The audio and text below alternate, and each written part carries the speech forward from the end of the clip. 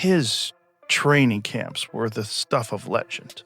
I mean, he would spar 100 rounds a week sometimes, which is just insane.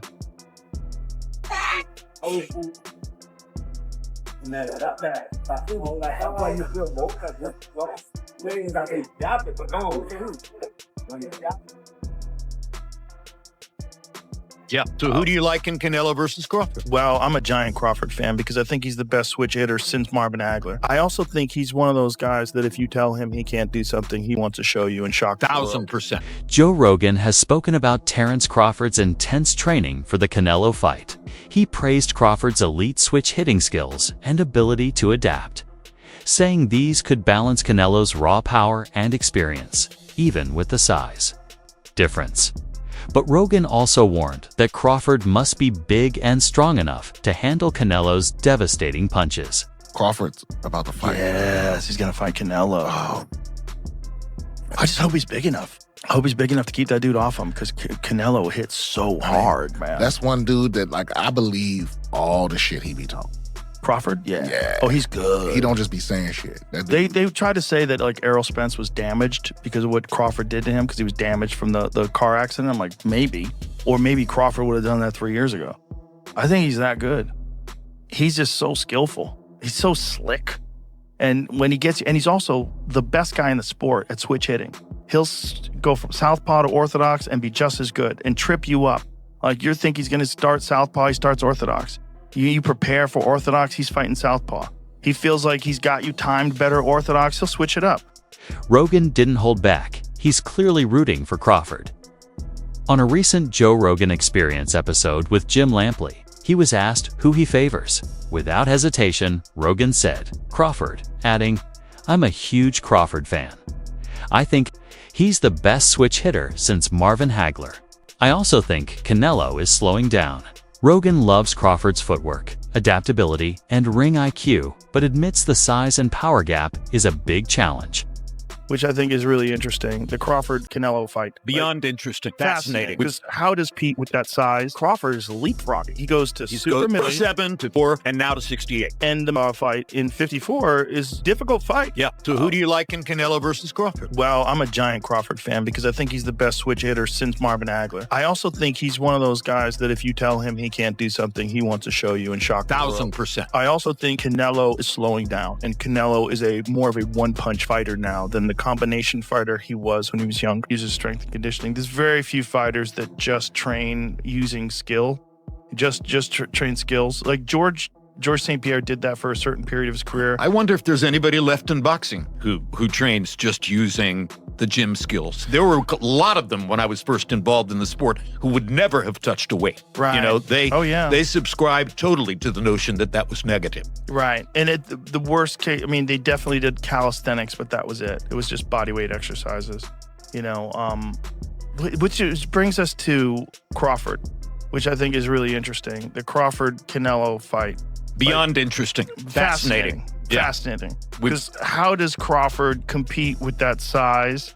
And, you know, we have to recognize, okay, well, when Canelo fought Floyd, it was 152 pounds, right? So he had dropped down, which was a struggle for him, which is why Floyd was so brilliant in getting him to go down to 152, because he knew he would be drained. 52. Still, Rogan warned Crawford not to rush in against Canelo without caution. He called this probably the biggest fight in boxing and promised he'll be watching. In typical Rogan style, he even mixed in talk about cartel mule runners while breaking down the matchup. When you look at the elite of the elite boxers, to a man, to every one of them, they're disciplined and they stay focused. I'm so excited to see this fight with Canelo Alvarez because I think the Saudi Arabians have so much money.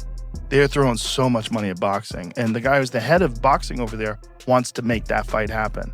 I think Terence Crawford, forget about the 3-weight classes. I think he could beat Canelo. I think he can too. On Rogan's podcast, Crawford reflected on his 2023 win over Errol Spence Jr., saying preparation was everything. Everything you see on fight night. We drilled it over and over. He brushed off concerns about size, saying he might be bigger than me, but big doesn't mean stronger. Actually practicing it, you know, that was something that when I had the cast on, I was like, man, I love the gym so much. I'm like, man, I'm not leaving the gym. Like, I'm going practice with this left. And that's when I got the left stronger, because at first, when I go southpaw, it was only, my right. Then when my hand got messed up, just started working on the left, and it started getting stronger and stronger. And I started getting more accurate, because at first, just throw it just to be throwing it. And then, it just got to a point where my left was actually way stronger than my right. Boxing trainer Teddy Atlas says this fight is classic size versus speed.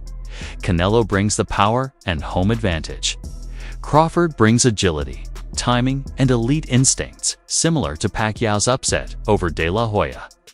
Atlas believes Crawford is special enough to overcome the size disadvantage with his skills and fight IQ. Overrated? Terence Crawford versus Canelo Alvarez at 168 pounds. Canelo's really good, really good. But I think Crawford is special. I know he hasn't fought the resume everyone wants, but you have that or you don't have that ingredient. And I think he has it. Canelo's really good. He's tremendous. But could he be a tiny bit overrated? The greatness is within Crawford. It's in his desire. It's in his mind. It's in his makeup, where he came from. I know he's moving up in weight class. Can he carry it? But those intangibles. Crawford has shocked fans with a dramatic body transformation for this fight. Once fighting at 154 pounds, he's now walking around at 185 pounds.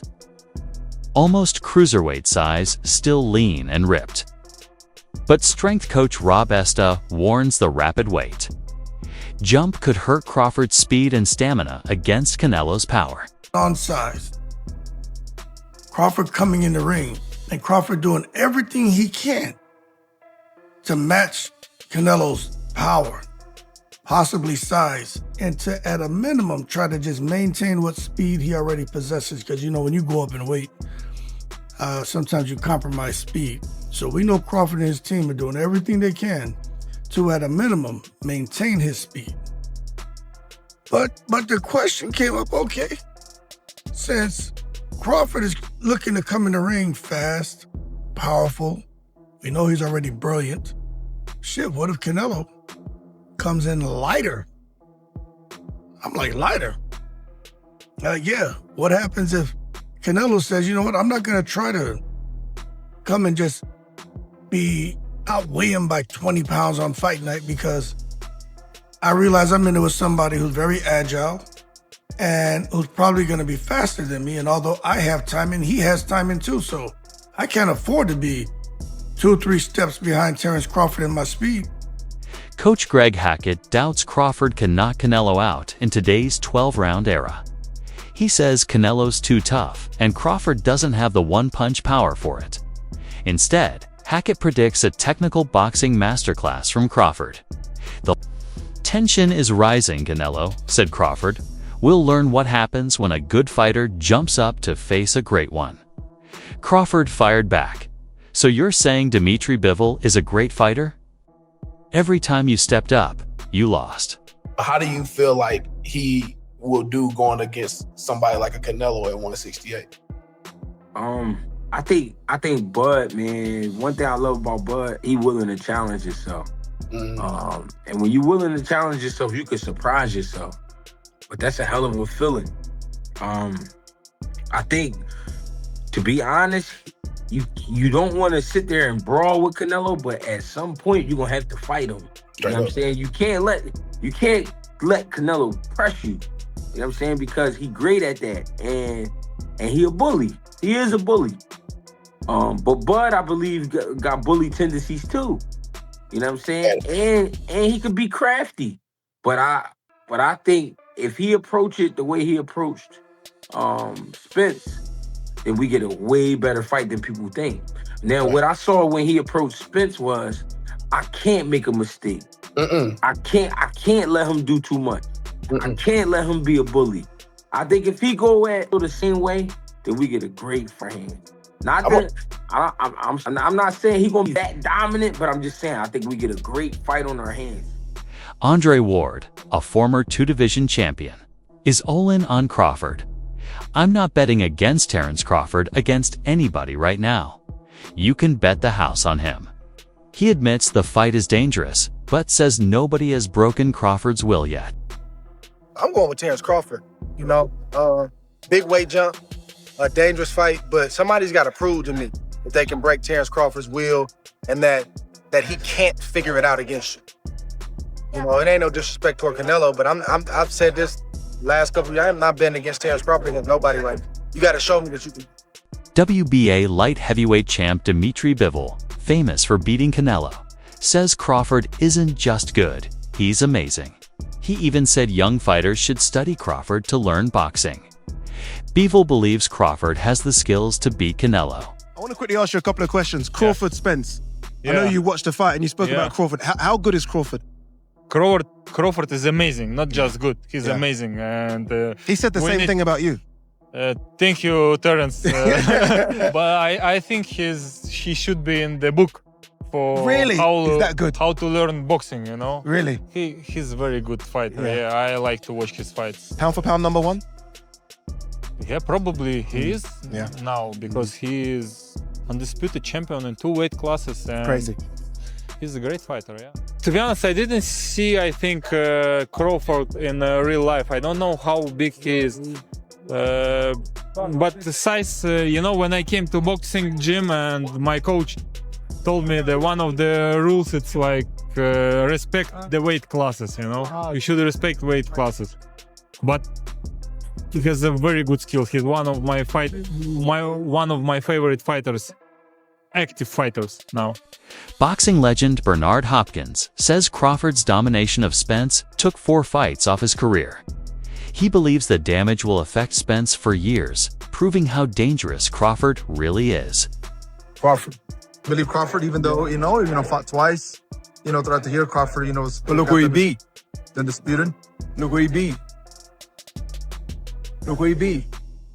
What he did to Spence and how he did it. That's 3 fights to me. And it took 4 fights out of Spence, right? I'm a fighter, so I can tell you when you get punished like that. Yeah, I was there ringside watching the fight. It takes a few years out of you. Don't see the years right now, but it sort of takes something out of that person going forward. They still can beat some fights, but it really put a bruise on. You didn't see Spence fight yet, did you? Did you hear him name opponent for him to potentially fight? It's been quiet. You see the weight he gained? Former champ Tim Bradley gives Crawford a 30 to 40% chance to win. He says Crawford's skills are elite, but Canelo's power and size are dangerous. Bradley warns Crawford's stubbornness could get him clipped if he tries to trade punches. One more thing. It don't matter if Canelo is on that. He ain't beat no Terence Crawford. You heard it here first. Plus, I look at the performances of Canelo. I look at his last performances. I mean, they've been all right, They ain't been like, wow, blew me away. So I'm not really worried about all of that. And the same thing goes with Crawford. I know he's with Snack, and I know some news came out this week and all of that, but I personally believe that Snack is clean. I think it's a conflict of interest, the fact that, hey, he knows how to beat the system, quote unquote, make the Conte, but at the same time, I think Snack, you got products going around the world, this and that. I mean, all these athletes are testing. They're not testing anything or positive by using Snack at all. So I think they're safe. There's no doubt about it. So with that being said, I'm not worried about that. As long as they test it, I'm good.